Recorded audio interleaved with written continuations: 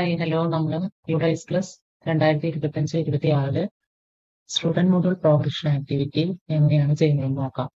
അതിനുവേണ്ടി നമ്മൾ യുഡൈസ് പ്ലസിന്റെ വെബ്സൈറ്റിൽ ലോഗിൻ ചെയ്യണം. അപ്പോൾ അതിന് പോകേണ്ട സ്റ്റെപ്സ്, ലോഗിൻ ഫോർ ഓൾ മോഡ്യൂൾസിൽ പോയിട്ട് സ്റ്റേറ്റ് കേരള സെലക്ട് ചെയ്യുക. ദെൻ ഇവിടെ പ്രൊഫൈൽ ആൻഡ് ഫെസിലിറ്റീസ് മോഡ്യൂളുണ്ട്, ടീച്ചർ മോഡ്യൂളുണ്ട്, സ്റ്റുഡന്റ് മോഡ്യൂളുണ്ട്.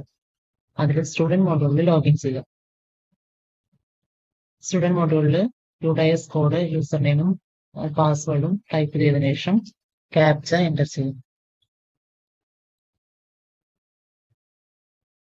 ഫസ്റ്റ് നമ്മൾ സ്റ്റുഡന്റ് മോഡ്യൂളിൽ ചെയ്യാൻ പോകുന്നത് കഴിഞ്ഞ വർഷത്തെ കുട്ടികളെ ഓരോ ക്ലാസ്സിലെയും ഓരോ ഡിവിഷനിലെയും കുട്ടികളെ നെക്സ്റ്റ് ക്ലാസ്സിലേക്ക് പ്രൊമോട്ട് ചെയ്യുന്ന കുട്ടികളെ പ്രൊമോട്ട് ചെയ്യുക, അല്ല TC വാങ്ങിപ്പോയ കുട്ടികളാണെങ്കിൽ ആ ഓപ്ഷൻ കൊടുത്ത് കുട്ടികളുടെ പ്രോഗ്രഷൻ ആക്ടിവിറ്റി കംപ്ലീറ്റ് ചെയ്യുക എന്നുള്ളതാണ്.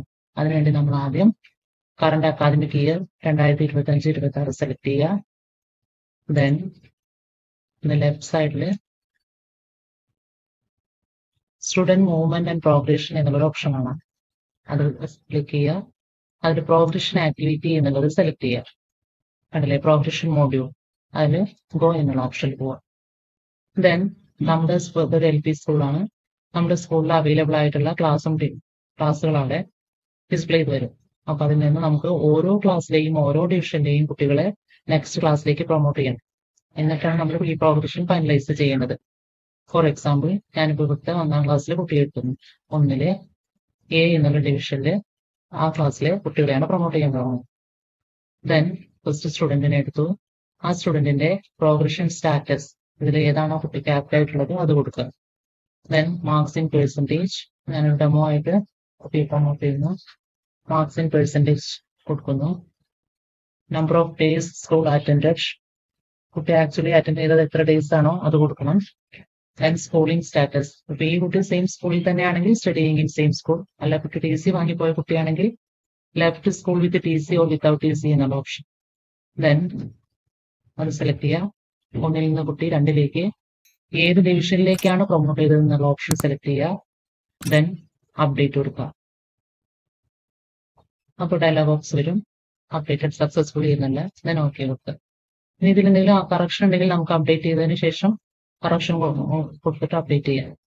ഇങ്ങനെ നമ്മൾ ഓരോ കുട്ടിയെയും ആ പർട്ടിക്കുലർ ക്ലാസ്സിലെ ഓരോ കുട്ടിയുടെയും പ്രൊമോഷൻ സ്റ്റാറ്റസ് അപ്ഡേറ്റ് ചെയ്തതിന് ശേഷം ആ ക്ലാസ് ഫൈനലൈസ് ചെയ്യണം.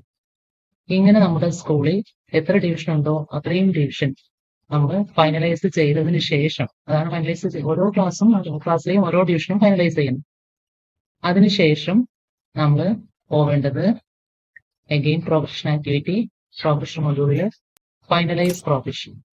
ഇതിൽ ഈ ചെക്ക് ബോക്സ് സെറ്റ് ചെയ്തിട്ട് സബ്മിറ്റ് ചെയ്യാണ് വേണ്ടത്. ഇപ്പൊ ഞാനിവിടെ സബ്മിറ്റ് ചെയ്താൽ വരില്ല, കാരണം നമ്മൾ ആകെ ഒരു ഡിവിഷനെ സെറ്റ് ചെയ്തിട്ടുള്ളൂ.